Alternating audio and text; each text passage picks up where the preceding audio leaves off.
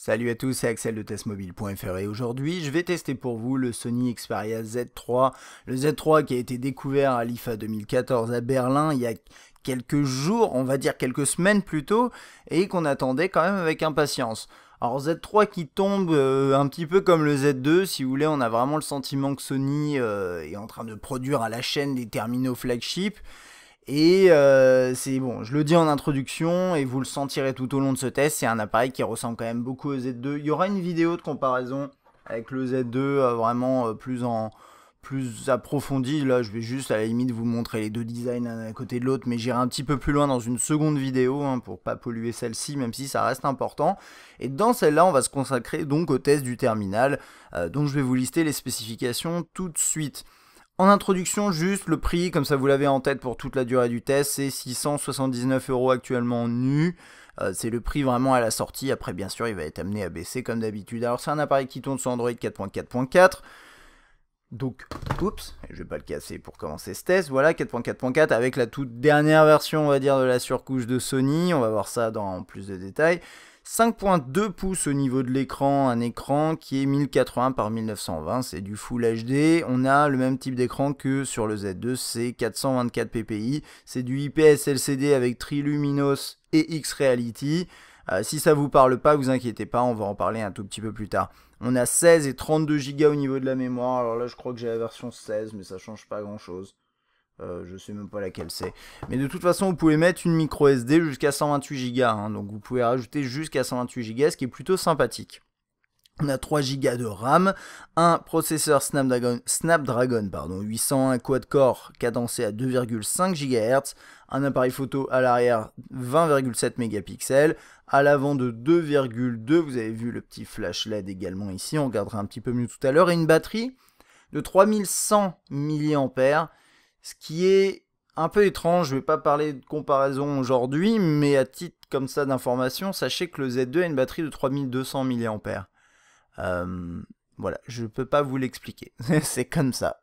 C'est un choix étrange. Alors, on va commencer par déballer cette magnifique boîte. Juste pour info, là je le teste en noir, qui est un vrai noir. Hein. Le Z2, le noir avait l'air légèrement bleuté. Celui-ci, c'est du vrai noir profond. Là, on a la version or et là, on a la version blanche. Et puis, on a un petit récap des différentes... oh, pourquoi pas, regardez. Là, on voit donc le processeur machin. Il est certifié, je ne l'ai pas mentionné. Bah, hop, je l'avais mis ailleurs dans ma liste. IP65, IP68.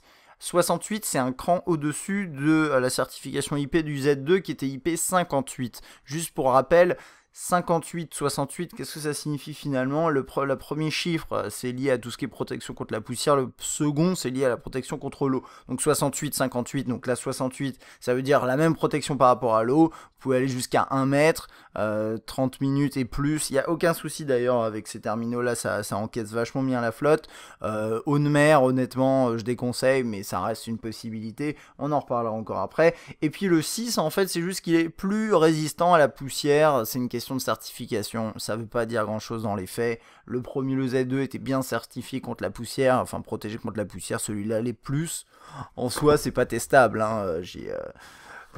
C'est de la certification, donc c'est des vérifications qu'ils font, ils décrètent que c'est plus ou moins résistant, et ils donnent des chiffres, mais en soi, pour l'utilisateur, ça se répercute pas forcément sur grand chose. Là, on a le bloc chargeur, câble USB, micro USB, une petite notice. Alors, dans la boîte que j'ai pas d'écouteurs. J'ai demandé à Sony, parce que j'étais surpris, et au début on m'a dit ah non il n'y a pas d'écouteurs, mais en fait après on est revenu dessus et on m'a dit non en fait il y a des écouteurs. Ah, bon, donc il y aura des écouteurs, il y a des écouteurs, si vous achetez un Z3 vous avez des écouteurs, c'est pas des écouteurs avec réduction de bruit. Avec le Z2 vous avez des écouteurs à réduction de bruit, mais je crois pas que c'était ceux fournis dans la boîte. Peut-être que si, j'ai un léger doute là-dessus. Corrigez-moi dans les commentaires s'il vous plaît parce que c'est important.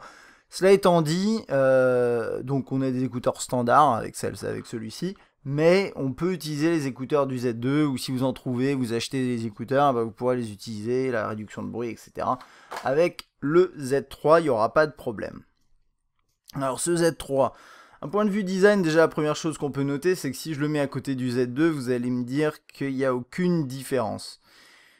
C'est pas faux, et en même temps, il y a quelques petites subtilités qui sont pas anodines. La première chose, ça se voit peut-être pas trop là comme ça, mais regardez, le Z2 est légèrement plus haut. Et il est également un peu plus épais, un peu plus lourd, le Z2 toujours, hein, bien sûr, et légèrement plus large. Et finalement, ça c'est vraiment les éléments qui caractérisent ce Z3, c'est que c'est comme un Z2 niveau design, avec quelques différences, je vais vous les montrer, mais il est un peu moins encombrant, plus agréable à prendre en main. Donc là, on va parler ergonomie, mais je vais m'attarder quand même plus sur le design, vous inquiétez pas. Alors qu'est-ce qu'on a en haut? On a une lettre de notification qui, je crois, est juste ici. On la voit pas très bien. Sortie audio qui fait aussi office de haut-parleur. Et deuxième haut-parleur qui est en bas. On a toujours ce système de haut-parleurs frontaux. Juste, ils sont implémentés différemment par rapport au Z2. Là, on a la sortie, le caméra frontale, logo Sony, quelques capteurs. En dessous, on n'a rien à part ce haut-parleur-là avec un micro qui doit être caché dedans quelque part. Et ensuite, sur la tranche droite, alors là, c'est là que ça devient vraiment intéressant. Si je m'amuse, enfin, ça m'amuse pas forcément, mais à comparer les différentes tranches, et là, vous voyez vraiment la différence. Pour ceux qui se posaient la question, c'est vraiment sur les tranches que c'est pas la même chose, et notamment sur ce côté en courbe, sur toute la surface du terminal. Le Z3, c'est un Z2 qui a perdu en poids et en dimension, mais qui assume ses rondeurs. On va dire, c'est un peu bizarre, ça n'a pas de sens, mais c'est à peu près ça le concept. Et ils ont voulu partir sur quelque chose de beaucoup plus rond, et donc d'un peu plus ergonomique, il faut bien le reconnaître. Ici, on a un premier cache avec le slot pour la micro SD, et c'est tout. Et le slot pour la micro SD et la nano SIM. Nano SIM, j'insiste parce que c'était pas de la nano SIM avant. Là, on a de la nano SIM. Ça peut vous saouler, ça peut vous en ficher. C'est de la nano SIM, voilà, notez-le. Dans ce petit cache, les caches toujours à bien refermer si vous voulez garantir une bonne étanchéité. Là, on a le bouton on-off verrouillé déverrouillé, le bouton de volume et le bouton dédié pour l'appareil photo. Alors par rapport à ces boutons, là je vais parler ergonomie du coup, hein, on mélange un peu les deux. Première chose, c'est des boutons qui sont un peu plus faciles à appuyer que le Z2. C'est très subtil, mais je l'ai senti. Et effectivement, la touche on-off, je trouve qu'elle est plus facile à appuyer. Et au final, c'est plus agréable. Hein. C'est des petits détails comme ça. La touche de l'appareil photo par rapport au Z2 toujours, parce que je pense que c'est important de les comparer néanmoins, même si on reviendra là-dessus un peu plus dans une autre vidéo. On a un bouton qui est mieux, et qui est un peu plus large, qui ressort un tout petit peu plus, qui est globalement bien mieux foutu que celui du Z2, et ça c'est une excellente chose. Il y a un élément quand même à noter, et ça c'est à chaque fois comme ça chez Sony, parce qu'ils ont décidé que le bouton de volume serait en dessous du bouton on-off, c'est que bon moi je suis droitier, mais après ce sera un peu le même topo pour si vous êtes gaucher. La touche ici tombe sur le doigt, désolé il y a les reflets, mais c'est pas grave, vous allez comprendre quand même, je pense. Donc je vais déverrouiller petit l'écran, ça va aider. Ok, j'ai le pouce qui tombe dessus. Pour déverrouiller, ça se passe bien. Par contre, pour gérer le volume, il faut plier le pouce. Alors soit vous êtes très souple du pouce, ce qui est, je vous félicite. Moi, c'est pas vraiment quelque chose que je maîtrise, donc voilà, vous pouvez le faire, c'est pas facile, ou bien du coup vous l'avancez dans la main et donc vous le tenez moins bien. Et ça c'est un truc, voilà, vous faites ce petit geste là pour ajuster le volume. Moi je pense que le volume aurait dû être mis soit sur le côté gauche, soit là-haut sur le côté droit, ou ravancer peut-être la touche on-off, parce que finalement la touche on-off, mon pouce il peut très bien l'attraper ici, hein, vous voyez. Donc ça c'est un truc d'ergonomie, c'est le design Xperia, hein, il est comme ça, et ils ont décidé qu'ils changeraient pas ça. Donc c'est un fait. Si vous êtes gaucher, bien écoutez, c'est différent parce que de ce côté droit, du coup, vous avez plein de doigts alors que les droitiers n'ont qu'un pouce du côté droit. Et donc là, voilà, vous avez la touche on-off, le pouce, le majeur, enfin le pouce, l'index, pardon, le majeur. Et après, pour le volume, vous avez quand même des possibilités. Je trouve ça moins pratique que peut-être une touche de volume sur la gauche, mais bon, c'est voilà, c'est mon avis.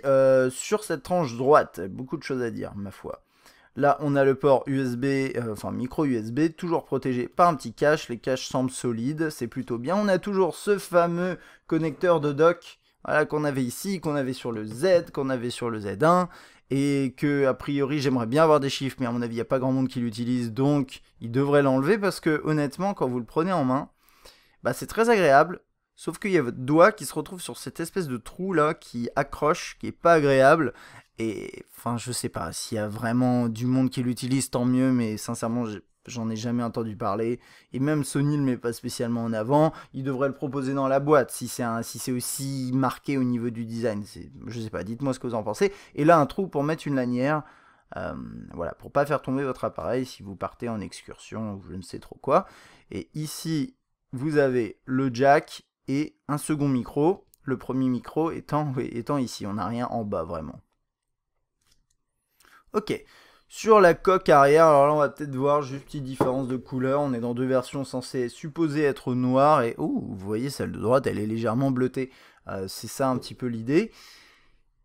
On a toujours la caméra, l'optique ici, donc c'est du 20,7 mégapixels avec le flash juste à côté. On a l'emplacement ici pour le NFC, c'est juste pour signifier que l'appairage NFC se fait à ce niveau-là. D'ailleurs, la plupart des antennes sont en haut, hein. Quand on regarde la notice, c'est indiqué, le Wi-Fi est par là, le GPS est ici, voilà. C'est ces petits trucs-là. Le logo Sony, un logo Xperia. Et c'est à peu près tout. Il y a un truc à mentionner, comme tout sur tous ces appareils. Alors c'est pas que chez Sony que ça se fait comme ça, il y en a d'autres. Mais c'était la même chose ici. Vous voyez, l'appareil photo est vraiment calé en haut à gauche dans le coin. De fait, quand vous prenez une photo, voilà, vous êtes comme ça. Oh, hein, mon doigt qui se retrouve. Alors, bon, j'exagère un petit peu, mais attention hein, quand même au doigt. Voilà, vous devez bien le tenir avec les doigts sur les bords là, parce que si vous dépassez, bah, vous allez prendre des photos de doigts. C'est pas terrible. Ok, je pense que c'est à peu près tout. Niveau ergonomie, j'en ai parlé, mais c'est un appareil qui se manipule bien. Ça fait plaisir de voir, entre guillemets, un appareil sous 5.5 pouces. Sous Android en haut de gamme, parce qu'on en a quand même de moins en moins, même s'il en reste, et heureusement d'ailleurs. 5.2 pouces optimisé, écoutez, moi je trouve que c'est presque parfait, ça se manipule bien. Bien sûr, le pouce peut pas attraper toutes les zones de l'écran, mais ça je pense qu'on a un petit peu lâché l'affaire. Mais par exemple avec mon Nexus 5, quand je le prends en main, bah, je trouve qu'il est agréable. Bah, celui-ci c'est juste un tout petit peu plus gros et il est quand même très agréable à prendre en main. Ces touches là, j'en ai parlé, elles sont pas forcément super bien placées, mais elles sont agréables à utiliser. Elles ont l'air solides également. Et donc voilà, et le côté vraiment en courbe sur les côtés, bah, sur les tranches, je trouve que ça rentre bien dans la main, c'est pas agressif entre guillemets, et donc c'est tout à fait agréable, on peut bien le saisir. C'est un appareil qui bien sûr est un alliage de verre et aluminium, et un peu de plastique, hein, comme toujours, et du coup bah, il est solide, il respire la solidité, et ça c'est vraiment sympa. Dernier truc que j'ai pas mentionné, et ça aurait été dommage de l'oublier, c'est que contrairement à un Z2 qui avait de très légères bordures là ici sur les côtés, c'est très dur de vous le montrer parce qu'elles sont très petites, et d'ailleurs il y avait des petites fentes ici, et il y a de la poussière qui se coince, ce genre de choses. Ici c'est un peu différent, c'est-à-dire que sur le Z3 c'est vraiment tout à fait lisse. Je vais essayer de bien vous montrer ça, c'est pas facile. Voilà, c'est complètement lisse, et donc quand vous passez votre doigt, bah, ça va pas buter contre quoi que ce soit qui est sur le côté, puisqu'il n'y a rien. Alors il y a une légère fente, et à mon avis la poussière peut rentrer, mais elle a l'air plus fine que sur le Z2, donc ça c'est plutôt sympa. C'est la même chose à l'arrière, hein. Donc voilà, vous voyez, ici comme ça, c'est complètement droit, complètement lisse, et c'est ce qui, bah, je sais pas, moi je trouve que ça lui rajoute un peu plus de classe. Alors donc vous voyez, il y a quand même des petites subtilités, des différences par rapport au Z2, il n'y en a pas beaucoup, mais il y en a. Est-ce que c'est suffisant pour justifier le fait de passer d'un Z2 à un Z3? Bah écoutez, on va passer à la suite, et puis ça va répondre peut-être à cette question. Alors première chose, l'écran. L'écran du Z3, qu'est-ce que c'est comme écran? Donc je vous ai dit, hein, du 5.2 pouces Full HD, 424 ppi, une bonne densité de pixels, du IPS LCD, triluminos, etc. etc. Alors, sur le papier, c'est la même chose que sur le Z2. Dans les faits, c'est un petit peu différent. Alors là, faites pas attention aux couleurs, je crois que celui-ci est en full luminosité. Ça, je vous montrerai dans le comparo, mais concrètement, le Z3 a un écran qui est légèrement plus lumineux. Ça a été, je l'ai calculé avec des outils, c'est légèrement plus lumineux. On arrive à, si je ne me trompe pas, 256 lux, alors qu'on était plutôt à 250 sur le Z2. C'est pas grand chose, mais il y a un petit élément qui est encore plus important que ça, c'est que les blancs sont plus blancs que sur le Z2. Et quand je dis plus blanc, c'est pas une question de luminosité ou quoi, c'est vraiment une question de balance des blancs sur l'écran. Typiquement, voilà, là, bon, là j'ai un peu exagéré la luminosité avec mon caméscope, donc c'est pas vraiment fiable, mais à l'œil, ce qui est intéressant, c'est de noter que le gris est bien gris, il tire pas vers le rose ou il tire pas vers le bleu ou le jaune, ce qui est souvent le cas sur les écrans, hein. On voit quand même une légère teinte d'un côté ou de l'autre, c'est difficile d'être calibré, et là je trouve que Sony s'en sort vraiment très bien avec cet appareil. Excusez-moi. Donc ça, c'est la première chose. C'est on a un écran qui est plus lumineux et qui a priori est un peu plus fiable que le Z2 au niveau des coloris.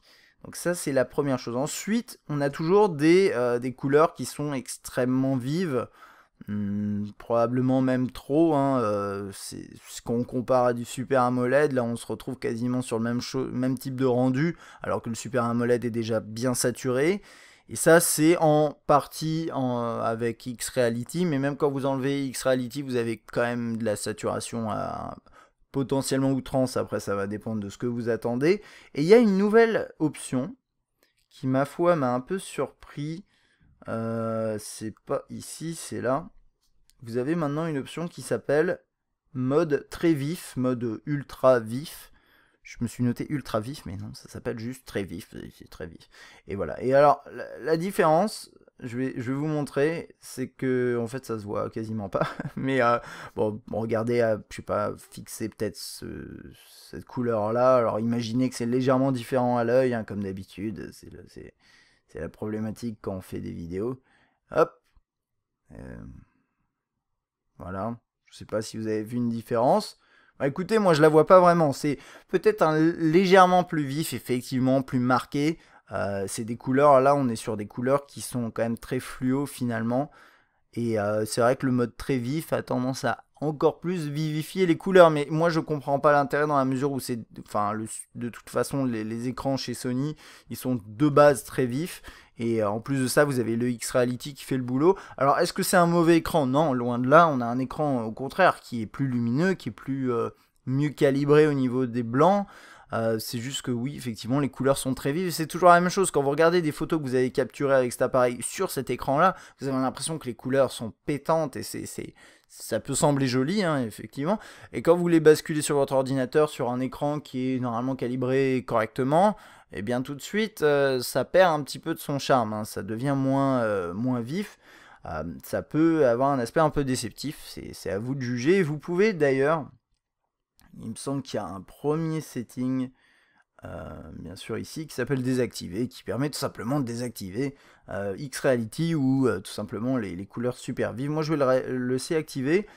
Et ce sera à peu près tout pour l'écran. La densité de pixels est la même. On a des angles qui sont excellents. Alors là, ça se voit pas parce que j'ai des grosses lumières au-dessus et qui viennent foutre le bordel, on va dire. Mais les couleurs, vraiment, il n'y a aucun changement au niveau des couleurs quand vous regardez avec un angle de vue. Et en extérieur, il est quand même pas mauvais. Il s'en sort pas mal du tout avec justement ce petit gain de luminosité. Mais même le Z2 était pas mauvais par rapport à ça. Donc voilà, on va dire que écran du Z3 est tout à fait bon. C'est juste qu'il faut prendre en note le côté ultra vif et après vous en faites ce que vous voulez. On va du coup passer à l'interface et à finalement les fonctionnalités de ce terminal. Je vais peut-être augmenter la luminosité, j'ai l'impression qu'il s'est un petit peu ajusté. Ben ça c'est le but, hein, c'est un peu toujours comme ça. Hop, là c'est un petit peu trop fort. Je vais du coup, voilà, vous voyez, hein, c'est comme ça que ça se passe pour la luminosité. Et vous avez la possibilité bien sûr de verrouiller, déverrouiller votre écran de cette façon-là avec la touche sur le côté. Vous pouvez là-dessus activer les widgets d'écran de déverrouillage, hein. C'est quelque chose que vous connaissez peut-être et qui s'affiche du coup là-dessus. Je ne vais pas vous les montrer, c'est le classique. Et vous avez également la possibilité de déverrouiller en faisant le double tap. Alors c'est un truc qui s'active dans les paramètres, ce que je comprends pas c'est pourquoi Sony l'active pas de base, parce que c'est juste génial comme fonctionnalité, et ça devrait être standard, mais bon, vous l'avez dans les paramètres, donc allez dans affichage, activez-le une bonne fois pour toutes et vous êtes tranquille. Niveau consommation, je sais pas, peut-être ça consomme légèrement au niveau de l'autonomie, mais bon, je pense que ça vaut le coup. Ensuite, la question qu'on peut se poser, c'est est-ce qu'il y a des différences vraiment par rapport à l'autre surcouche? L'autre surcouche, la précédente version de la surcouche sur le Z2. Honnêtement, il y en a quelques petites, mais c'est vraiment subtil. il n'y a vraiment pas grand chose. Une des premières, c'est ça, l'heure qui est affichée en plus gras. Voilà.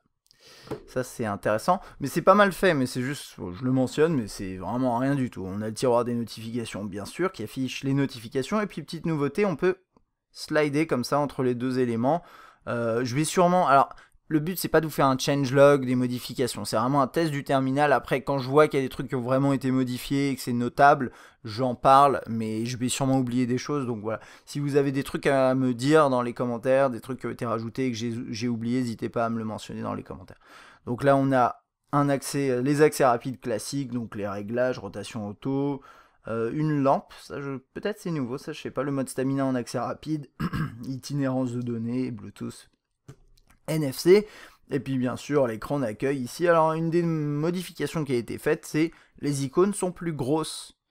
Je sais pas pourquoi ça a été fait. Elles sont juste plus grosses, elles sont toutes dodues, et la typo a été allongée également, hein, vous voyez. Voilà, ça ressemble à ça. Et pareil dans le menu des applications, le tiroir des applications, c'est la même chose. Alors c'est peut-être plus lisible, pourquoi pas. J'aime pas forcément les typos allongés comme ça sur la hauteur, mais bon, en l'occurrence on peut bien lire, donc c'est tout ce qui compte.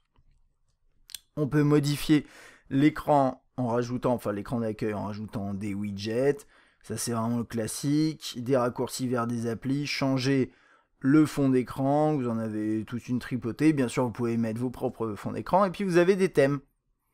Alors ça a été implémenté un petit peu différemment, et donc vous avez des thèmes proposés là-haut qui a priori sont payants, et vous avez également ensuite pas mal d'autres thèmes, dont celui-ci qui est sélectionné par défaut. Ce qui est sympa avec celui-là, c'est qu'en fait le fond est dynamique, vous le voyez, il bouge de manière comme ça, et la couleur change en fait. Alors je crois que ça change quand on le déplace. Est-ce que c'est ça? Ou ça change tout seul? Je m'en rends pas trop compte. Si je bouge, est-ce que ça change? Bon, je sais pas, bref. Mais ça change de couleur, et ça c'est plutôt sympa, parce que, enfin, à un moment de la journée, vous allez allumer, ça va être bleu.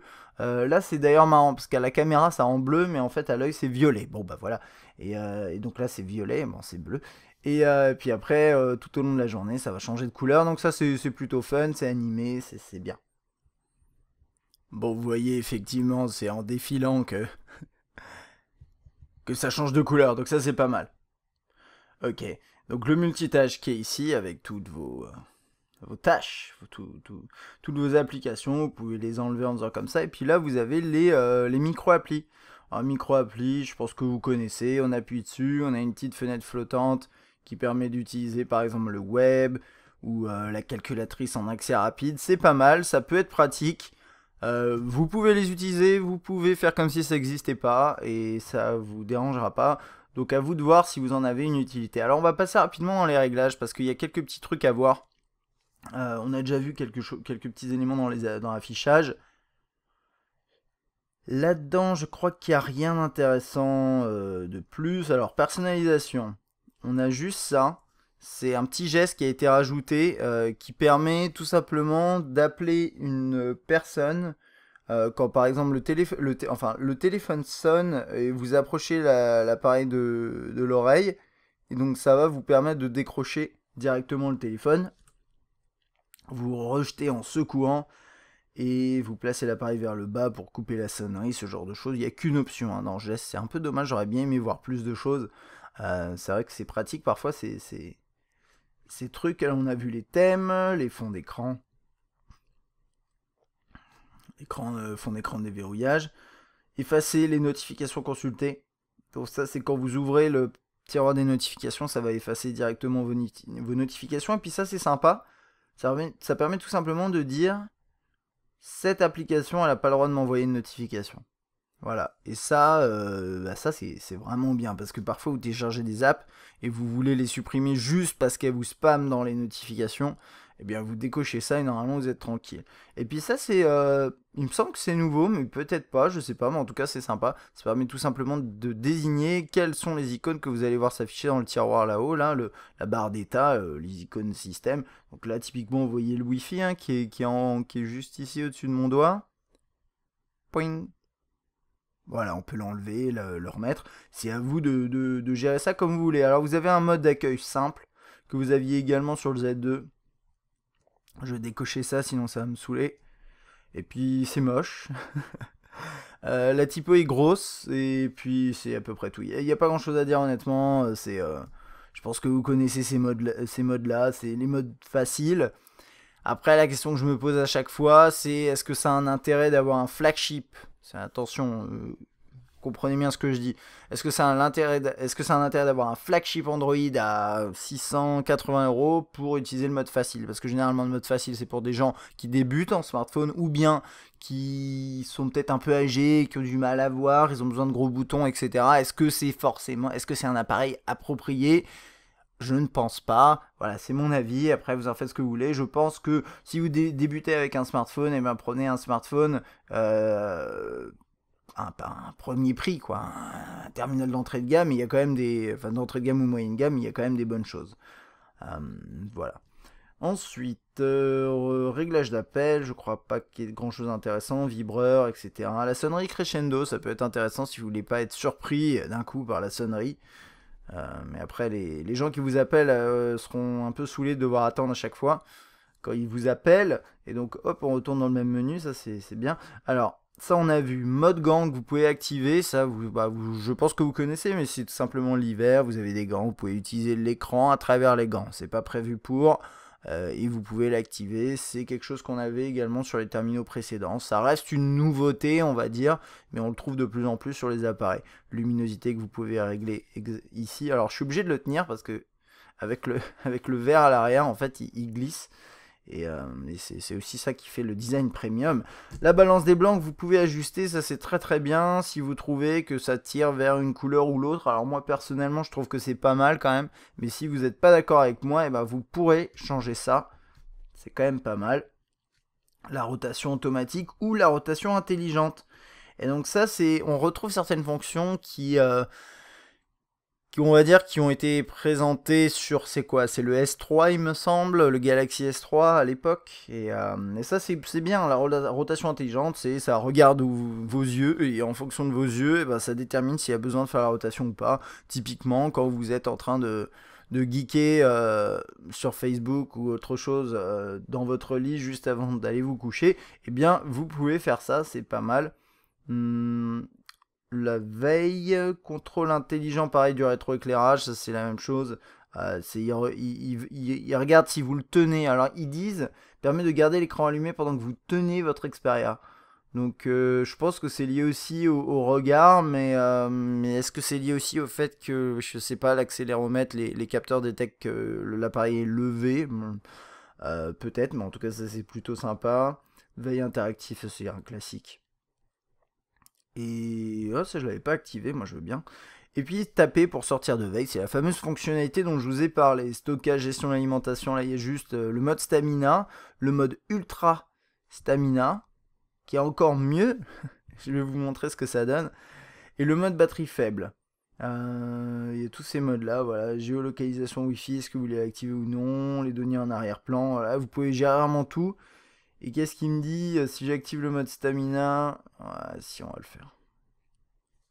Il dit qu'il peut durer 4 jours. Si je l'enlève, c'est 3 jours. Alors, le mode ultra stamina, normalement, il va, au bout d'un moment, du coup, quand je vais repartir du mode stamina, il va me faire reboot l'appareil. Donc, je ferai une ellipse. Mais en mode ultra stamina, en fait, ça réduit votre terminal aux fonctionnalités vraiment de base. À savoir, l'écran devient, alors j'allais dire en noir et blanc, c'est pas exactement ça, c'est le fond est noir et blanc, plus animé du tout, et vous pouvez pas, il n'y a plus de page d'accueil, vraiment, vous allez dans votre messagerie, je sais même pas si, voilà, même pas de multitâche, vous pouvez utiliser que ces applications là, la galerie, voilà. Et donc ça, moi je trouve ça pas mal parce que c'est plutôt joli, c'est élégant, vous pouvez rien faire, et en plus de ça, il y a écrit là, durée de batterie estimée 10 jours 17 heures avec ce mode là. Et typiquement vous partez en week-end et c'est la fin de journée, vous avez besoin de quand même pouvoir appeler quelqu'un, mais il vous reste 15%, et ben vous activez ça. Et normalement vous devriez être à peu près tranquille. Donc moi je trouve ça très chouette. J'aime beaucoup ces options là, on les trouve de plus en plus et je peux le désactiver. Et il me semble qu'il va reboot. S'il reboot, je coupe. S'il reboot pas, tant mieux. Mais il me l'a fait tout à l'heure. On va voir ça tout de suite. Donc ça, c'est des modes qui peuvent être réellement pratiques. Je trouve que ça prend un peu de temps à activer, mais il me semble que dans le tiroir là-haut, vous avez un... Ouais, voilà, il s'éteint. Ok, on se retrouve dans une seconde. Bon voilà, il a redémarré, ça a pris... J'aurais même pu le laisser au montage, mais ça a duré vraiment, je sais pas, 10 secondes. Donc ça, c'est pas mal. Par contre, ici, c'est juste le mode stamina hein, que vous pouvez activer. Le mode ultra stamina n'est pas présent, à part peut-être... Voilà, si je vais là-dedans... Non. Non. Donc ça, c'est un... Bah, c'est pas grave, mais c'est vrai que ça aurait été assez pratique de pouvoir l'activer directement. Et puis, donc voilà, après cette très très longue introduction, on va passer du coup à tout ça. Alors, parce que honnêtement, il n'y a plus grand chose de différent là-dedans. On peut composer un numéro, il y a des contacts qui s'affichent, on a vos contacts qui s'affichent là. C'est compatible avec ICE, in case of emergency, c'est le truc d'urgence. C'est très bien. On a hop vos contacts qui s'affichent là. Alors c'est pas très intéressant, là c'est des faux contacts, mais il n'y a pas de synchronisation quelconque avec les réseaux sociaux, d'intégration sociale particulière. Ensuite, qu'est-ce que je voulais dire sur ça? Oui, un autre truc, il est compatible 4G, mais il est compatible 4G catégorie 4. Alors c'est déjà bien, hein, mais c'est comme le Z2. Il n'y a pas eu de montée en catégorie 6, alors qu'on a quand même de plus en plus de constructeurs qui passent en 4.6. Là, on est en catégorie 4. Mais en soi, c'est vraiment pas un souci. Hein. Je sais même pas, ça dépend même si vous avez la 4G chez vous, si vous avez un forfait adapté, etc. Alors là, c'est pour tout ce qui est message. Ça s'affiche de manière classique par discussion. Ensuite, vous rentrez, vous avez des bulles. L'utilitaire de saisie texte n'a pas changé et il est toujours aussi bien. Vraiment, je trouve un bon utilitaire de saisie texte. Salut les amis, voilà, c'est réactif, c'est plutôt bien fait. Là, on peut le personnaliser si on a envie. Alors ça, je vous avais déjà montré sur le Z2, mais on va le faire ici aussi, bien entendu. Alors, donc, correction automatique de mes fautes, est-ce que je veux ou pas? Il y a différents choix. On peut assimiler en fonction, par exemple, de mon Gmail. Alors, moi, j'écris pas de mail avec ce compte-là, mais bon, bref. Voilà, il a lu mes mails de spam et du coup, il va apprendre. On peut lui rajouter des nouvelles langues. On peut ajouter ou non la touche de saisie vocale. Alors, moi, je la veux pas. Hop, voilà.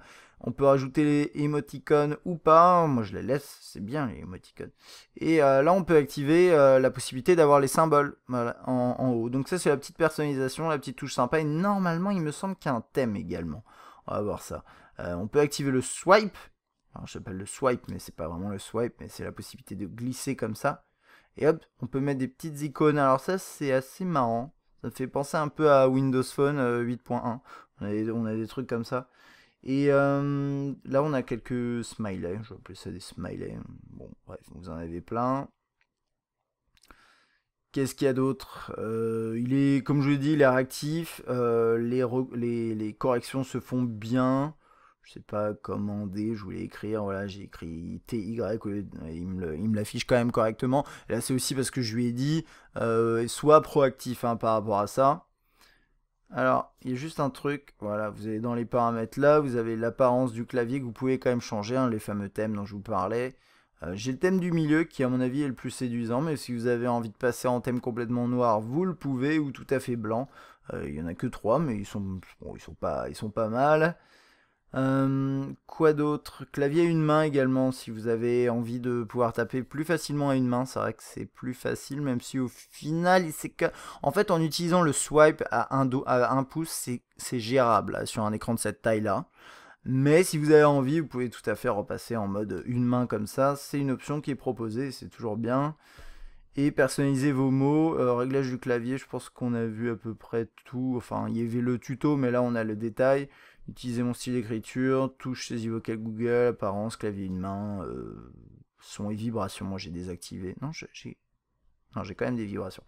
Voilà, plutôt réactif, pas mal du tout. Si vous l'aimez pas, vous pouvez le remplacer comme d'habitude en mode paysage. Pardon, il ressemble à ça. Donc ça cache complètement le message qu'il y a au-dessus. Et autre chose, vous pouvez transformer un SMS en MMS en rajoutant des petits éléments ici, que ce soit une image, une photo, un croquis d'une chèvre, ou... Ah, c'est sympa. Voilà. Vous pouvez faire ce genre de choses, donc c'est tout à fait sympathique. Le menu des applications, le tiroir des applications, c'est le même que sur le Z2. On a la possibilité d'afficher ça sur le côté avec des installés, les différents tris, des accès au Play Store et à Sony Select. Et après, vous avez vos icônes qui s'affichent de cette façon-là. Vous pouvez bien sûr les mettre sur l'écran d'accueil, les mettre dans des dossiers si vous avez envie. Mais sinon, vous retrouvez tout ici trié de la façon dont vous le souhaitez. Alors, on va commencer dans l'ordre. Je vais commencer en utilisant Chrome, parce qu'il me semble de toute façon que c'est le seul navigateur qui est proposé. Après, vous pouvez en télécharger d'autres sur le Play Store si vous avez envie, mais c'est vrai que Chrome est tout à fait fonctionnel. Et là, moi, j'ai une expérience qui est quand même bonne sur Test Mobile dans sa version mobile, hein, qui est généralement assez lourde. Donc là, le fait que ça tourne super bien comme ça, c'est vraiment top. Je peux aller sur The Verge, par exemple, histoire de changer un petit peu. Ok. Voilà. Là, il est connecté en Wi-Fi, ça va assez vite, mais c'est pas forcément dû au terminal. Donc ça, oui, c'est vrai ils sont passés en responsive design récemment, et du coup, ils sont full mobile, on peut pas repasser en version complète pour alourdir un peu le truc, mais bon, bref, ça passe super bien. Là, ça chargeait juste un petit peu, voilà, c'est bon. Alors, je sais, ça c'est bizarre. Je sais pas si, hop, je vais dans un article. Donc là, j'ai l'impression qu'ils ont un peu personnalisé Chrome, à moins que ce soit la nouvelle version qui est comme ça, genre... Ouais, je me rappelle pas que... Ouais, je sais pas, l'icône par exemple ici... Il y a une icône vers la home, et la home c'est sonymobile.com, bien sûr, ça m'intéresse, merci. On a toujours la possibilité d'avoir des onglets ici. Enfin bon, la navigation est agréable, il n'y a vraiment pas de problème. Et Google Chrome, ce qui est sympathique, c'est que vous avez la synchronisation avec Google. Donc si vous utilisez Chrome sur votre ordinateur, vous pourrez bénéficier de vos favoris en accès rapide, votre historique, vos mots de passe. Pas sûr pour les mots de passe par contre. Mais bon, la synchronisation est là et c'est sympathique. Ok. Côté multimédia, donc vous avez 3 applications. Vous avez aussi l'application PlayStation, on reviendra un petit peu là-dessus dans une petite seconde. La première chose à noter, c'est que, comme sur le Z2, vous avez une grosse mise en avant des services de Sony. Si vous n'avez pas envie d'avoir ces services affichés dès le début, c'est possible, pas toujours, mais c'est possible. Et en gros, je vous explique, mais Music Unlimited, c'est leur équivalent de Deezer ou Spotify. Il y a Video Unlimited, c'est quoi? C'est l'équivalent de Play et Film pour Google. Bon, voilà. Et donc là, quand vous arrivez là-dessus, là j'ai des morceaux à moi, mais j'ai aussi des morceaux de Music Unlimited. C'est les nouveautés. Il essaye absolument de me faire acheter des morceaux. Alors moi, j'ai pas forcément envie. Et il y a un truc qui est assez sympathique. Je vous donne le conseil tout de suite si vous avez envie, mais vous allez dans les paramètres, vous faites ça. Se déconnecter. Merci bien. Et là, du coup, vous avez une interface un peu plus épurée, sans Music Unlimited. C'est à vous de choisir, vous faites absolument ce que vous voulez, bien entendu. Sachez par ailleurs que si vous posez la question, il y a énormément de services qui permettent d'accéder à de la musique de manière illimitée, que ce soit du Spotify ou du Deezer, ou des services où vous achetez les morceaux. Il y a énormément de possibilités, donc c'est pas parce que vous avez ça préinstallé sur votre terminal que vous êtes obligé de passer par celui-là. Vous pouvez y jeter un œil, bien entendu, mais vous n'êtes pas obligé de passer par celui-là. Et vous n'êtes même pas obligé d'adhérer à quoi que ce soit. Alors, là, j'ai ma Musitech. C'est intéressant comme terme. Une bibliothèque musicale. Vous défilez sur les côtés. Vous avez artistes, albums, chansons, dossiers. Vous avez les mêmes tris sur les côtés. Différentes façons d'accéder à vos fichiers. Le fond est violet. Je ne sais pas si c'est personnalisable. Je crois pas, puisque c'est la couleur de l'icône Walkman. Et ensuite, après, vous lisez vos fichiers tout simplement en appuyant sur le morceau. Donc, par exemple, hop, on appuie là, le raccourci en accès rapide. Bon, les pochettes, là, elles sont pas correctes. Je peux normalement télécharger des infos musicales. Ça fonctionne avec Grace Note. Mais il va pas trouver, c'est pas grave. Donc, on lit comme ça. On avance, on recule. On a... ça, c'est Shuffle, je crois. Ouais, l'icône est un peu bizarre. C'est pas l'icône habituelle, c'est sa répétition. Et ça clignote dans tous les sens, je sais pas ce qui se passe. Et là, on a le contrôle musical ici. Le contrôle musical là. C'est bien rouge là, rouge sang. Voilà, vous pouvez défiler de cette façon-là aussi dans les morceaux et les pochettes qui s'excitent dans tous les sens. Ah, ok. Voilà. Alors ça c'est extrêmement intéressant. Ouais, voilà, je regardais juste ce que c'était. C'est juste un dernier exemple parce que c'est pas la première fois qu'on teste un produit Sony qui utilise GraceNote et qui est incapable de scanner vos morceaux. Et en fait, quand il scanne des morceaux, on a le sentiment que là, par exemple, le morceau qu'il a scanné, ceux où j'ai les dents de la mer là, c'est des morceaux qui viennent de YouTube qui sont libres de droit. Voilà, donc c'est des morceaux, il n'y a pas vraiment d'artiste derrière et donc en théorie, il n'aurait pas dû trouver quoi que ce soit. Et malgré tout, il a décidé, ok, c'est Moonlight de Music Moods Orchestra. Peut-être que c'est ça, mais c'est pas le titre normalement du morceau. Et puis je vais mettre une pochette de ça. Voilà. Avec moi j'aime bien les requins, mais bon, c'est très bizarre. Donc bref, c'est pas la première fois que je le dis, mais si vous avez une bibliothèque musicale, vous avez déjà quelques pochettes qui sont en place, réfléchissez-y un peu, réfléchissez avant d'appuyer sur chercher les informations parce que parfois ça peut complètement flinguer votre bibliothèque musicale, ça m'est déjà arrivé. Après vous faites ce que vous voulez bien entendu et on va s'attarder un petit peu sur la qualité du son. Alors il y a juste un petit truc, vous avez toujours Audio Clair Plus qui est ici, qui a un effet vraiment qui affine un peu le son, qui renforce un petit peu les aigus et qui permet de mieux entendre le morceau, mais c'est une sorte de voilà, c'est une sorte de booster de morceau. Ça renforce pas spécialement les basses, il me semble, mais c'est vraiment un système, c'est plus clair comme son nom l'indique. Donc ça, vous pouvez le mettre en place. Vous avez également les effets sonores ici, avec donc là, réglage dynamique qui permet d'ajuster le volume entre les différents morceaux, ça pourquoi pas. Des effets sonores ici avec un égaliseur qui n'est pas activé, le son surround. S-Force, reproduction de manière réaliste. Ouais, pourquoi pas, vous avez ces trucs-là. Petite fonctionnalité liée au réglage du casque. Wow. Vous pouvez choisir le casque, peut-être qu'il y a des petits... Voilà, c'est celui-ci, là. L'oreillette avec suppression de bruit, qui n'est pas fourni avec, malheureusement. Et le son haute résolution via USB. Alors, c'est intéressant. C'est un peu spécifique, mais effectivement, si vous avez du matériel qui fonctionne en USB, et a priori, si vous avez l'adaptateur qui va avec, bah ouais, parce qu'il faut se connecter en micro USB, eh bien vous pourrez lire ça en haute résolution. Alors je sais pas si c'est... Je sais pas ce que ça vaut, je sais pas à quel point c'est nouveau, mais ça a l'air d'être une bonne idée. Donc pourquoi pas. Bon.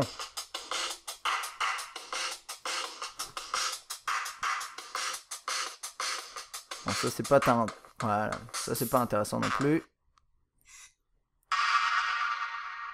On va mettre ça. Ah, je vais me faire avoir sur le copyright, on va mettre ça.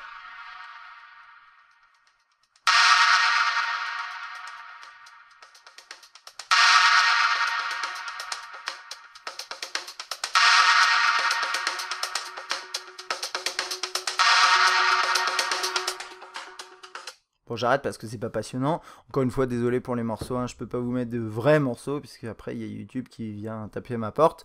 Alors, le haut-parleur sur le Z3, il est plus puissant que celui du Z2, je le constate clairement, et on le verra dans la vidéo de comparo entre les deux. Et ça, c'est vraiment bien, et il est tout à fait bon, le son est clair. Il n'y a pas de... voilà, moi je trouve pas... Voilà, ça vaut pas un haut-parleur sur un One, ça vaut pas un haut-parleur sur un M8, là, le dernier M8, le dernier One qui est sorti, par exemple. Mais deux haut-parleurs en frontal, si vous regardez une vidéo tranquillement installée, avec le haut-parleur à fond, bah écoutez, vous aurez quand même une bonne expérience, donc ça c'est sympa. Et même pour écouter de la musique, bah écoutez, ça vaut... Enfin, c'est intéressant. Bien sûr, ce qui est le mieux, c'est de mettre des écouteurs, de bons écouteurs, un bon casque et d'apprécier la musique. Et par rapport à ça, moi, j'ai constaté aucun souci particulier. Le son est fort, il n'y a pas de souci avec le jack. Vous ajustez après dans l'égaliseur, vous faites comme vous voulez. Mais sinon, l'application en tant que telle, le Walkman, elle est vraiment pas mal. Je trouve qu'elle est bien faite. C'est juste peut-être l'intégration avec Music Unlimited qui peut être un peu saoulante. Alors là, pareil, vous avez l'intégration avec Play Memories. Alors Play Memories, c'est du stockage dans le cloud chez Sony pour mettre vos photos chez Sony en sécurité. Puisqu'apparemment, les photos sont en sécurité dans le cloud. Donc là, vous avez l'appareil photo, les photos qui ont été capturées avec l'appareil photo, la possibilité de zoomer, dézoomer, vous avez différents filtres, et là vous pouvez accéder au dossier. Donc là, c'est mes dossiers. Donc par exemple ici, ça c'est des photos que j'ai installées dans la mémoire de l'appareil. Je peux défiler. Vous voyez, les couleurs sont bonnes. C'est pas forcément... oui, c'est un petit peu vif, hein, voilà, c'est comme ce que je vous disais, ça se voit pas forcément à la caméra. Là, c'est un petit peu assombri à la caméra, mais c'est assez vif. Et quand vous ouvrez un cliché, que ce soit capturé avec votre terminal ou pas, vous pouvez le partager là, de cette façon-là, c'est le classique Android. L'éditer également via différentes possibilités, le mettre en favori si vous avez envie, et normalement après on le retrouve ici, voilà. Et automatiquement il détecte les visages. Alors là apparemment il a détecté un visage dans... Ah c'est moi. Bien vu, il a détecté un visage aussi dans ce morceau de bois qui est d'une photo qui était déjà sur le terminal. Je faisais des tests de caméra frontale. Et ça marche bien. Ça marche bien. Ok. Quoi d'autre? Je pense qu'on a fait le tour. Là, il y a appareil, bien sûr. On peut se connecter en DLNA à d'autres terminaux. Donc là, par exemple, je peux me connecter à mon ordinateur, accéder aux photos qui sont sur mon ordinateur à travers le réseau. C'est un grand classique. Hein. Il n'y a rien de nouveau. Je pense que c'est tout ici. Je pense que c'est tout. Alors, il y a juste, oui, effectivement, le diaporama. Diaporama, ça va être... on va faire quoi? On va lancer ici pour voir. Il y a SenseMe. Et il y a aussi le... Pourquoi il s'affiche pas? Il faut faire comme ça. Ouais, voilà. Et il y a aussi le diaporama classique. En fait, la différence, c'est SenseMe, ça vous permet d'avoir une petite ambiance musicale, un thème. Et sinon, vous mettez juste diaporama et ça les fait défiler l'un après l'autre. Bon, voilà. Ça peut être intéressant si vous connectez à un téléviseur en sans fil ou avec fil et que vous montrez des photos de votre dernier voyage ou ce genre de choses. Ça peut être sympathique. Ok, donc ça, c'était pour la galerie. Ensuite, bien sûr, on a le film, avec la mise en avant cette fois de Video Unlimited. Là, pour le coup, je crois pas qu'on puisse... Attendez. Est-ce que je peux me déconnecter de Video Unlimited? Je crois pas. Là, alors, on va parler de ça juste après. Ça, c'est intéressant. J'admets ça, je viens juste de le découvrir. Lecture en arrière-plan. Vous avez une vidéo, par exemple un clip vidéo avec de la musique qui du coup vous pouvez regarder en arrière-plan autre chose, mais ça c'est lié que à ça, hein, si ça marche pas par exemple avec YouTube. La dernière vidéo lue, le support des sous-titres et la DLNA. Et ensuite, alors il y a un petit truc qui est intéressant qu'on connaît déjà, mais il y a la synchronisation en fait avec avec Grace Note. Pareil pour la musique, sauf que c'est adapté aussi aux films ou aux séries. Et donc ce qui va se passer, c'est que ça va scanner votre bibliothèque de films. Alors bien sûr, ça va mieux marcher si vous avez des films que vous avez téléchargés légalement sur Video Unlimited ou sur le Play Store, ou que vous êtes procuré de différentes façons. Je ne sais pas. Quoi qu'il en soit, en fonction de vos fichiers, vous allez pouvoir les scanner et ensuite ça va vous mettre la pochette, ça va vous dire je sais quel épisode, la durée, etc.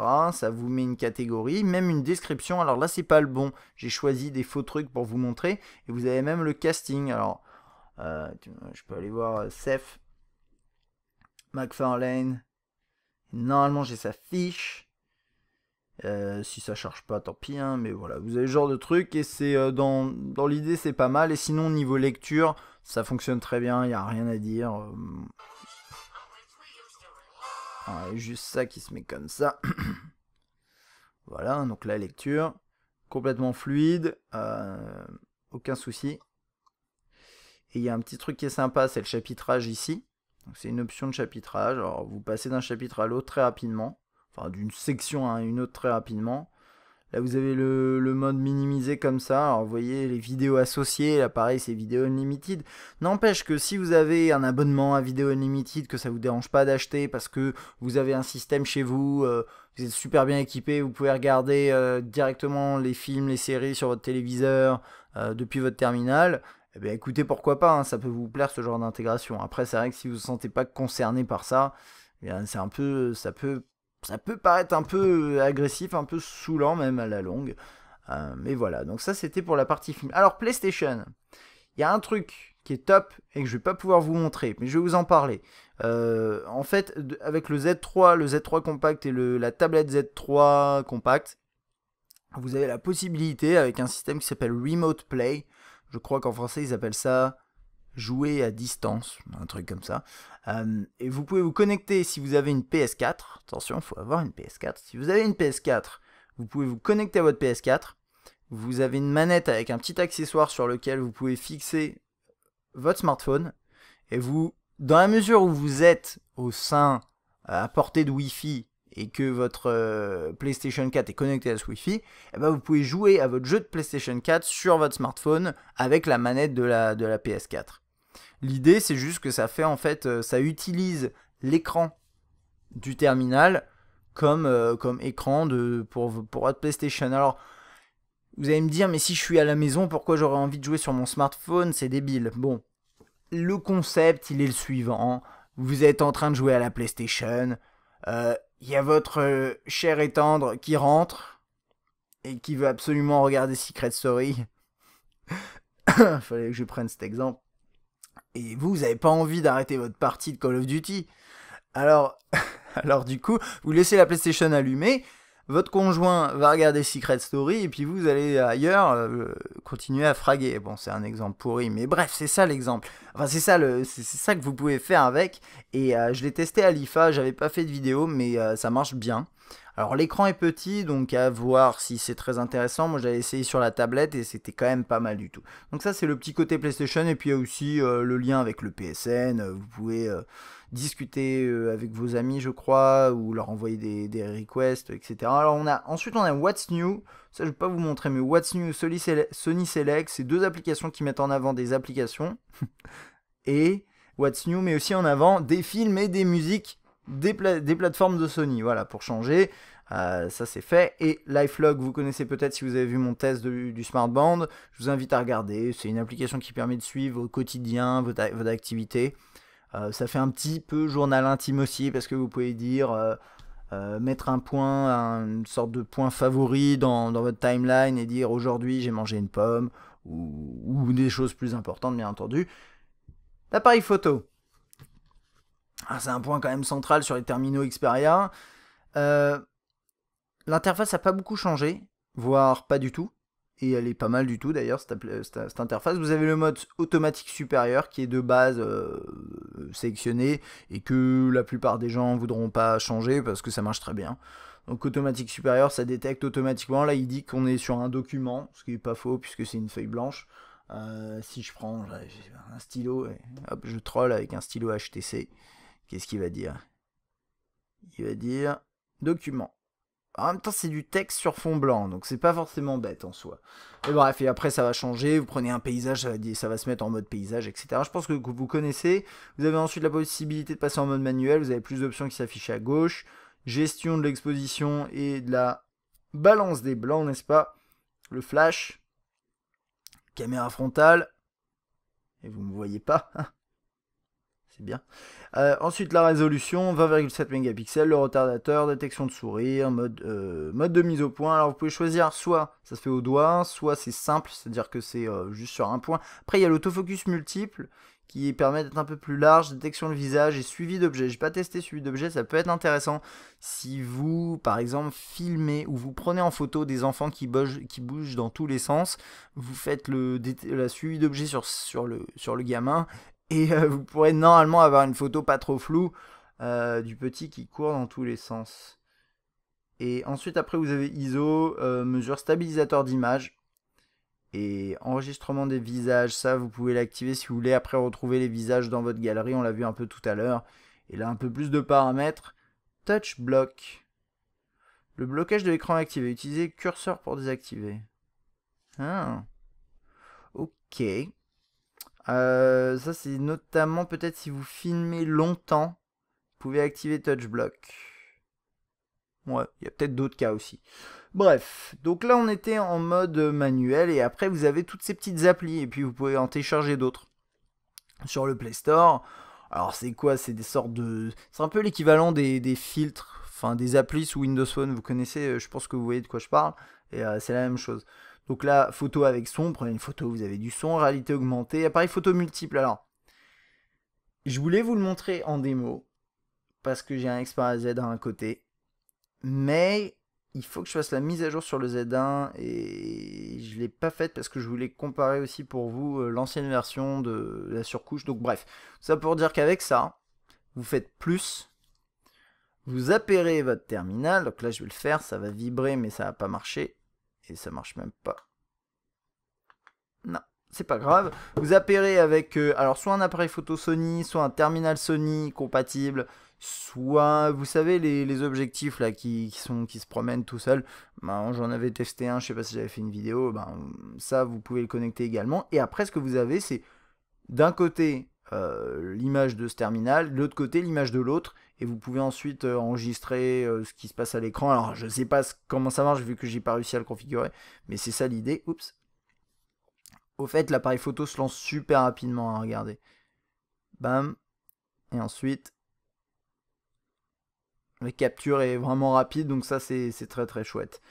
Ensuite, on a face avant. Bon, ça vous pouvez incruster votre propre visage dans une photo qui est capturée avec la caméra arrière. Le mode 4K, time shift, floutage d'arrière-plan, tout ça on connaissait déjà, info high, etc., etc. Cliché mouvement, ça c'est un truc que j'ai téléchargé sur la plateforme, et après vous pouvez en télécharger d'autres ici. Vous avez des nouveaux panoramas, vous avez un live sur YouTube, vous avez du Vine, des trucs qui servent, des trucs qui servent moins. Petit truc à noter, c'est que voilà, la 4K, si vous voulez filmer en 4K, ça passe obligatoirement par ce mode-là. Vous pouvez pas filmer en 4K autrement. Et un truc aussi que je veux dire maintenant, parce que j'ai peur de l'oublier, parce que c'est important. Encore une fois, chez Sony, c'est un terminal qui chauffe. D'ailleurs, là, il a chaud, là, alors que je suis juste en train de... Bon, je l'utilise pas mal, mais il est vraiment chaud. Et ça, c'est quelque chose qui a tendance un peu à m'exaspérer. Pourquoi ? Parce que quand vous êtes dans l'appareil photo, ce qui va se passer... Et ça, je suis presque sûr qu'on aura la notification si je le fais. Peut-être pas, non. Ah, voilà. Si l'appareil chauffe, l'appli risque de se fermer en cours d'utilisation.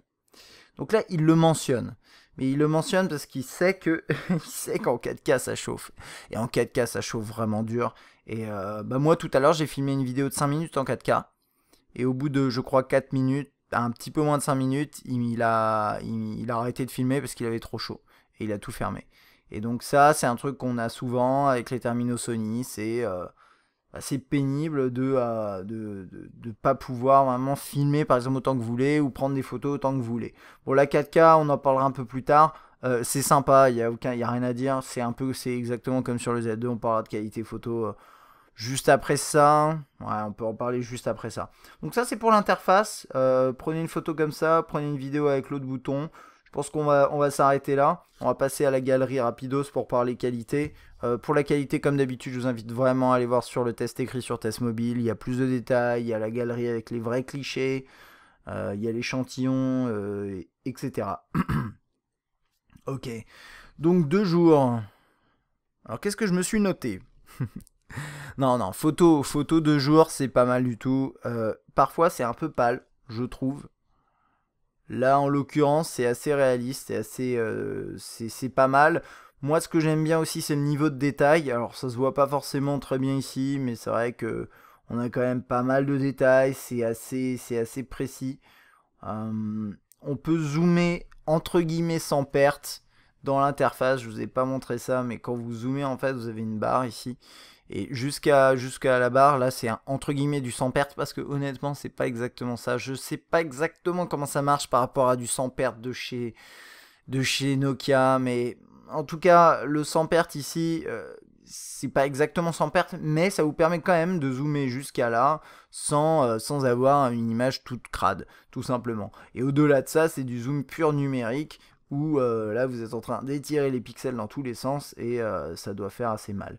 Alors, au niveau de la qualité des clichés, donc je vous disais 2 jours, c'est plutôt bon.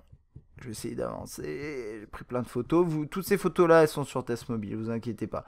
Donc 2 jours, c'est plutôt bien. Parfois un peu pâle, mais moi j'aime bien l'aspect où il y a pas mal de détails. La balance des blancs automatique, parfois, elle a quelques soucis. Mais ça va dépendre des scènes. Moi j'ai eu là j'avais pas de problème. Et puis après quand je suis passé de nuit, j'étais en mode manuel en fait. Et la balance des blancs, normalement, elle n'est pas gérée manuellement, elle est quand même automatique et elle a commencé à tirer vers le rose. Et du coup, j'ai refait mes clichés et là, ça allait un peu mieux quand même. Bon, c'est quand même un peu rosé. Mais bon, voilà, ça allait à peu près. Alors ça, c'est plutôt en mauvaise condition de lumière et ça rend plutôt bien. Là, je passe à cette partie-là, du coup. Ça éclaircit un peu la scène. Et là, honnêtement, à l'œil, je voyais pas autant de détails. Donc c'est vraiment sympa. Bon, bien sûr, c'est un peu flouté, un peu bruité. Là, d'ailleurs, la balance des blancs, elle est un peu bizarre parce que là, on est en rose et là, on est en une sorte de bleu. Bon, bref. Ça, c'est. Voilà, ça peut pas être parfait, mais quand même, en mauvaise condition de lumière, je dirais que c'est pas si mal que ça. Faites attention, bougez pas, activez la stabilisation si c'est nécessaire.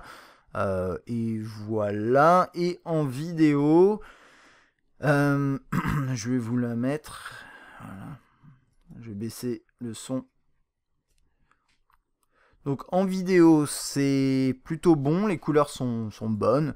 Le focus, c'est un petit peu de mal parfois. Alors après, à voir si vous avez envie de changer le mode de focus aussi dans les paramètres, ça peut aider. Mais moi, je trouvais que il avait du mal à faire le focus de très près. Notamment, bah, là, j'ai essayé de faire un focus sur le petit canard là qui est en premier plan et c'était un peu compliqué.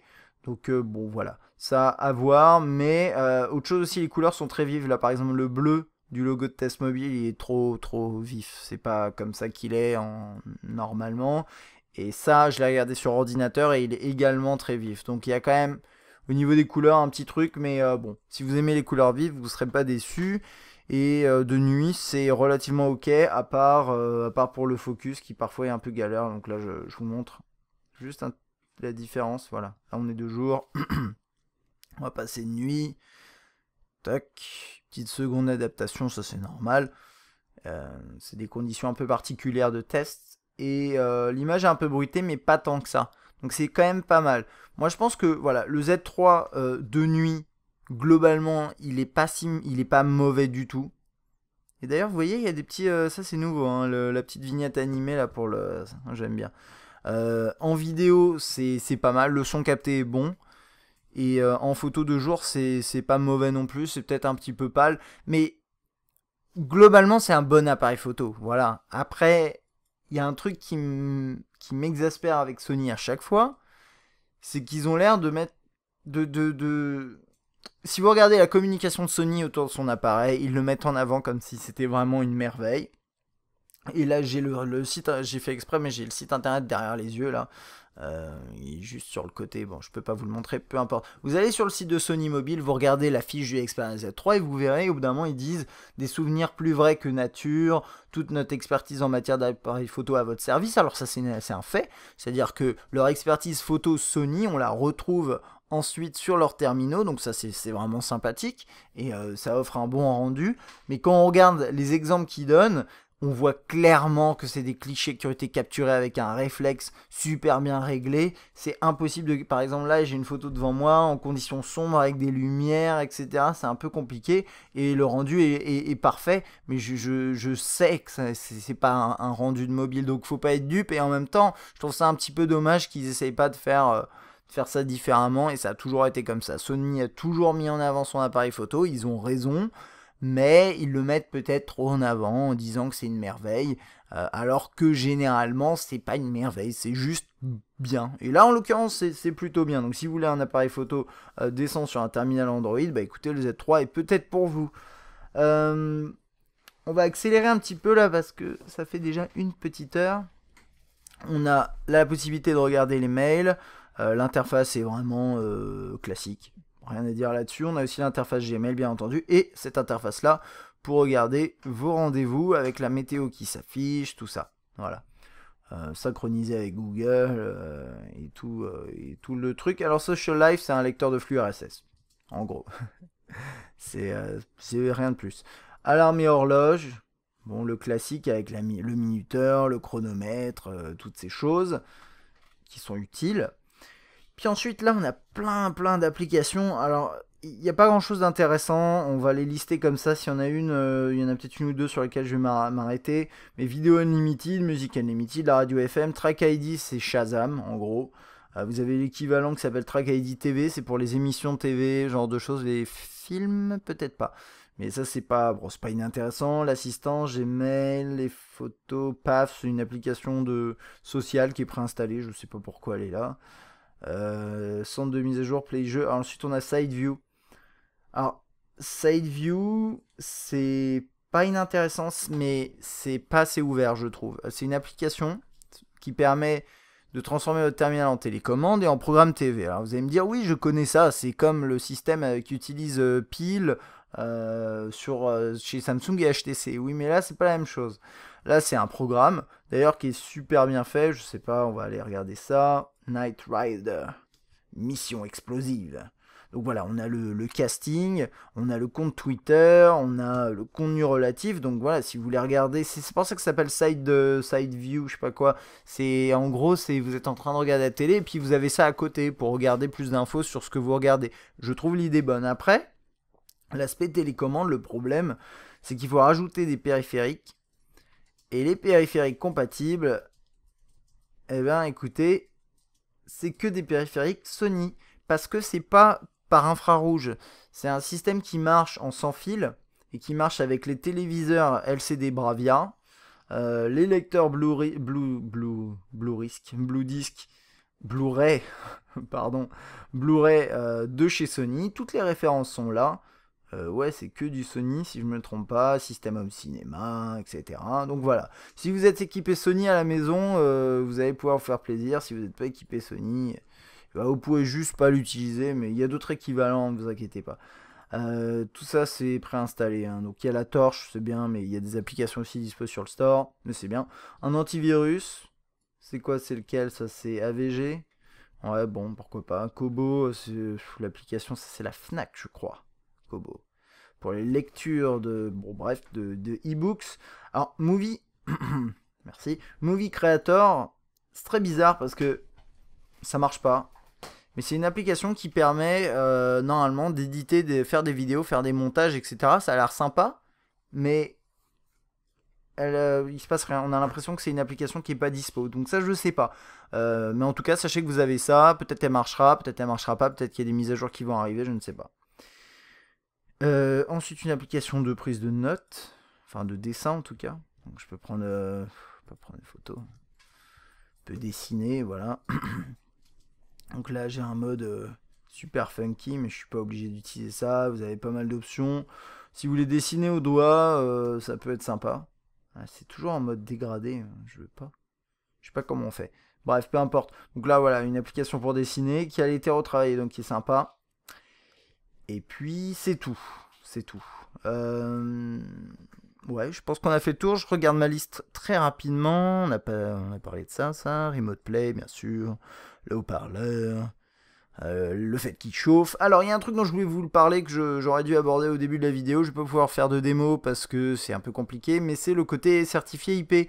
On en a déjà un peu parlé, bien entendu, mais je voulais juste vous donner mon retour d'expérience. Je l'ai mis dans l'eau, bien entendu, parce que c'est comme ça que ça marche. On le met dans l'eau, faut bien que tout soit fermé, tous les caches. Et il a survécu, il n'y a pas de problème. J'étais en train de lire de la musique, bien sûr le son est étouffé. Ce qui m'intéresse plutôt, c'est est-ce qu'on peut utiliser l'écran sous l'eau? Bah c'est un peu galère, voire pas du tout. Par contre, ce qui est bien, c'est qu'avec le bouton dédié pour l'appareil photo, vous pourrez prendre des photos et des vidéos sous l'eau. Ça, c'était la même chose sur le Z1, le Z2 et je crois d'ailleurs le Z1, si je me trompe pas. Mais voilà, ça c'est sympathique. Après... qu'est-ce que je voulais dire? Oui, parfois ça manipule un peu l'écran quand vous le passez dans l'eau, c'est du capacitif, donc si vous lisez de la musique, ou même parfois si vous êtes dans l'appareil photo, vous le passez dans l'eau, et puis je sais pas, avec l'eau ça va appuyer sur back, puis du coup ça va revenir en arrière, enfin ce genre de truc ça peut arriver, mais bon, après vous relancez facilement l'appareil photo. Et qu'est-ce que je voulais dire pour terminer? Oui, le haut-parleur. Alors, j'ai été assez impressionné parce que, si vous vous souvenez, si vous avez peut-être vu mes précédentes vidéos, le Z2 par exemple, ou le Z1, quand on les passe dans l'eau, ou même le Z, quand on les passe dans l'eau et qu'on les sort, après le haut-parleur est obstrué pendant un bon bout de temps, et c'est quand même assez pénible et le son est mauvais. Là, avec celui-ci, c'est toujours le cas, sauf que je l'ai un peu secoué, j'ai soufflé vraiment pendant 5 secondes dans chacun, et c'était réglé, il n'y avait plus d'eau. Donc à mon avis, ils ont un peu amélioré leur système et du coup ça permet de ne pas conserver trop d'eau dans les haut-parleurs de façon à pouvoir les utiliser. Et moi ça m'a plutôt plu. Donc ça c'est sympathique. Du coup on va passer à tout ce qui est autonomie. Alors autonomie, j'ai fait mon test classique d'autonomie. Je vous mets ça pour illustrer, hein, mais ça va pas vous aider. Voilà, on va regarder ça. Et juste un petit truc, je voulais voir la chauffe. Ouais, là, bah, ça c'est quand il m'a pété entre les doigts, entre guillemets, je pense. C'est en cours de journée. Il passe au-dessus de 40, hein, 40 là actuellement, il est à ça. Il est au-dessus de 40 degrés, c'est quand même pas rien. Bon. Donc sinon, au niveau de l'autonomie, donc j'ai fait mon test et je vais vous dire tout simplement les résultats. Donc ce qui s'est passé, c'est quoi? Alors après, le classique, juste pour rappel, c'est 1 heure de musique, 1 heure de vidéo, 1 heure de web, je prends quelques photos, je filme 5 minutes de vidéo, en l'occurrence c'était en 4K d'ailleurs. Et 1 heure de jeu en 3D, voilà à peu près. Donc ça c'est le test. 1 heure de musique, ça consomme jamais beaucoup, là ça a consommé 4%, donc c'est pas mal.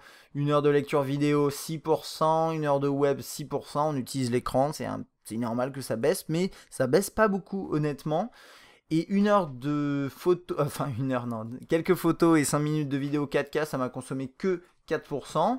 Donc après à voir, hein, si vous filmez plus, etc. Bien entendu, ça consommera plus. Après, 1 heure de jeu. Alors 1 heure de jeu, juste pour info, je vais vous montrer ce que j'ai lancé. Comme ça au moins vous saurez. C'est une démo 3D qui est sûrement un petit peu plus lourde que si vous jouez à Candy Crush par exemple. Mais c'est top.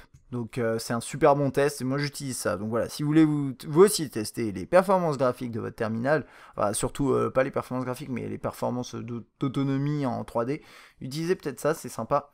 Ça s'appelle Sky Castle 2. C'est une animation faite par un développeur, bref, peu importe. Vous le verrez sur Play Store. Alors, donc ça 1 heure de ça, c'est 22% quand même. Donc là, ça commence à devenir pas mal. Mais ça fait que le terminal finit mon test à 58%. Pour le même test, alors j'ai pas celui du Z2 sous la main, ce qui est un petit peu bête, je dois le reconnaître, parce que je l'avais pas fait, je crois, tout simplement. Mais le Z1, il avait terminé à 38. Donc ça, c'est quand même un gros plus. Qu'est-ce que j'ai d'autre pour comparer? Le G3, il avait terminé à combien là, je l'ai devant moi, il faut juste que je fasse un ajustement. Il terminait le test à 17%. Mais oui, le G3, il a eu beaucoup de difficultés avec ce test. Qu'est-ce qu'on a d'autre? Le M8 il finit à 41. Non, j'ai rien d'autre là. Hop, voilà.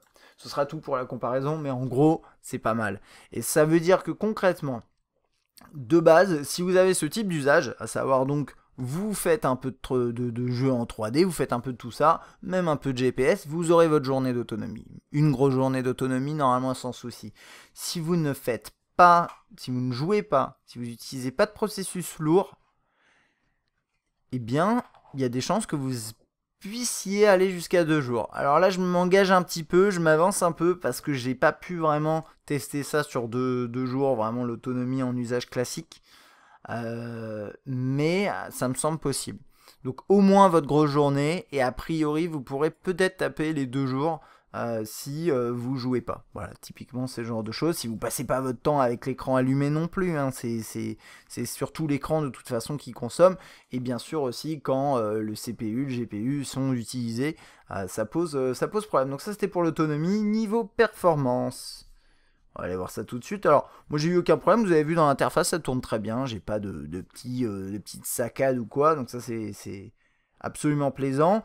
Il se retrouve à un score de 40 000 sur N22, qui n'est pas la version X, juste pour que vous sachiez, je sais plus si elle existe la version X, c'est la 5.1 là d'N22.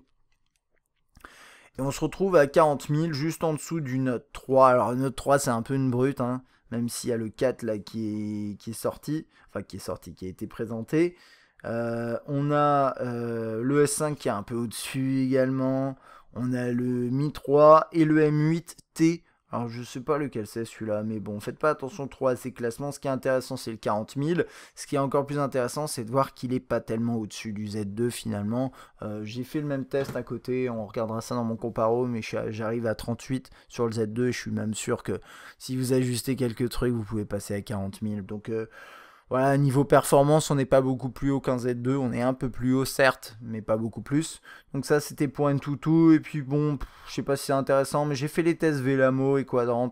Je les mettrai dans le test écrit, parce que sinon c'est pas passionnant. Et je finis de regarder ma liste, et je pense qu'on a fait le tour. Alors, bon, un test un peu long, mais en même temps, c'est un flagship de Sony, quoi, faut se rendre compte, c'est quand même un produit intéressant. Donc pour résumer finalement cet appareil, qu'est-ce qu'on a? On a un beau design qui a été retravaillé, qui est plus ergonomique, je le trouve sympathique. On a cette certification IP qui honnêtement, c'est un truc que je trouve génial. Donc bravo Sony là-dessus, il faut continuer. On a un appareil qui fonctionne bien, qui a une bonne surcouche, avec pas mal de fonctionnalités, des trucs sympas. Des petites nouveautés, des petites fonctions du quotidien qui peuvent apporter un petit plus. Donc voilà, dans les paramètres à régler. Donc ça c'est bien, un appareil photo plutôt bon, réactif, avec un bouton dédié pour l'appareil photo, ce qui est toujours pratique. Une bonne expérience globale, sur le web ça tourne bien, les performances sont bonnes, même en performance brute, les scores sont décents. On digne d'un flagship en 2014, bien sûr qu'on va avoir des scores plus élevés sur les nouveaux terminaux qu'on va tester, mais bon, ça reste quand même bien. Et une autonomie qui est plutôt bonne également. Hein. Vous aurez votre grosse journée sans problème, même si vous jouez un petit peu. Normalement, il y a vraiment pas de souci. Alors, est-ce qu'il y a des points négatifs sur cet appareil? Bah, ça dépend de l'angle en fait que vous adoptez.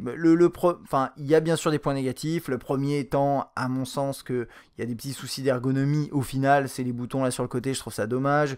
Le fait qu'il chauffe, ça c'est quelque chose qui m'ennuie fortement. Mais le plus gros problème en fait avec cet appareil, c'est pas ça. C'est-à-dire que en tant que tel, si aujourd'hui vous avez tout sauf un appareil haut de gamme qui a au moins 2 ans, on va dire. Si vous avez un terminal qui commence à être vieillissant et vous avez vu cet appareil et vous dites « Oh, le côté certifié IP, c'est sympa, il est étanche, bon appareil photo, il est réactif, il a un beau design », bah pourquoi pas, complètement. En plus, c'est un écran plutôt petit, entre guillemets, un 5.2 c'est grand, hein, mais par rapport à d'autres trucs, d'autres terminaux, c'est agréable à prendre en main, c'est un appareil que je recommanderais. Cela étant dit, il y a un truc qui est important de noter, c'est que si on compare à un Z2, je reviendrai là-dessus encore, mais si on compare à un Z2, si par exemple vous avez un Z2, prendre un Z3, ce serait absolument absurde. Voilà. C'était déjà absurde de passer du Z1 au Z2, ça allait encore plus là du Z2 au Z3. Et honnêtement, si vous avez un Z1, gardez votre Z1, il est toujours très bien. Vous retrouvez la base. Vous avez tous les éléments de cet appareil là, vous les avez déjà sur votre Z1, sauf que bah, il est un peu moins puissant, il est un peu moins performant sur quelques éléments, mais honnêtement le Z1 et le Z2 restent des terminaux excellents et voilà, tout simplement. Alors celui-là il arrive et il rajoute un petit peu plus, mais est-ce qu'il rajoute tant que ça? Bah écoutez, moi je trouve que non. C'est à dire que en tant que tel, c'est un bel appareil, il est bon, il est même excellent. Mais si je devais m'amuser à vous dire j'ai un Z2, est-ce que je passe au Z3? Ben, je vous dis non. Je vous dis, à part si vous avez de l'argent à gaspiller, mais a priori non. Si vous avez un Z1, posez-vous la question en fonction de comment vous tourne votre Z1, etc. Mais voilà. Par contre, si vous avez d'autres terminaux qui sont un peu plus entre guillemets anciens, qui ont peut-être 1 an et demi, 2 ans, et vous avez vraiment envie de passer à un nouveau flagship et vous aimez bien Sony, le Z3 peut être une bonne solution. Mais dans ce cas-là, est-ce que, quitte à prendre un terminal Sony haut de gamme et le Z3 ressemble beaucoup au Z2, pourquoi pas prendre aussi un Z2? Donc ça c'est une autre chose, hein. Bon je ne veux pas forcément en parler, mais c'est un fait que si vous avez un budget moindre, que vous aimez les terminaux Sony, et vous n'avez pas 680 € à mettre, bah regardez à combien est le Z2, je n'ai pas le prix sous les yeux, mais à mon avis il est beaucoup moins cher, et il est tout aussi intéressant. Un tout petit peu moins costaud globalement sur toute la prestation, mais il est quand même très intéressant. Donc voilà, ce sera tout pour mon test du Z3. Si vous avez des questions, n'hésitez pas. Si vous avez des détails à ajouter, si vous avez prévu de l'acheter, et je sais pas, dites-moi dans les commentaires pourquoi. Si vous détestez cet appareil, dites-moi aussi pourquoi. Puis encore une fois, voilà, si vous avez des interrogations sur l'appareil, si vous voulez le comparer à d'autres terminaux, dites-le moi. Alors sachez juste que je ne vais pas le garder très longtemps, et donc je pourrais pas le comparer à d'autres appareils à la demande malheureusement, mais peut-être qu'on pourra le faire un peu plus tard. Et j'espère que cette vidéo vous a été utile, et moi je vous dis à la prochaine.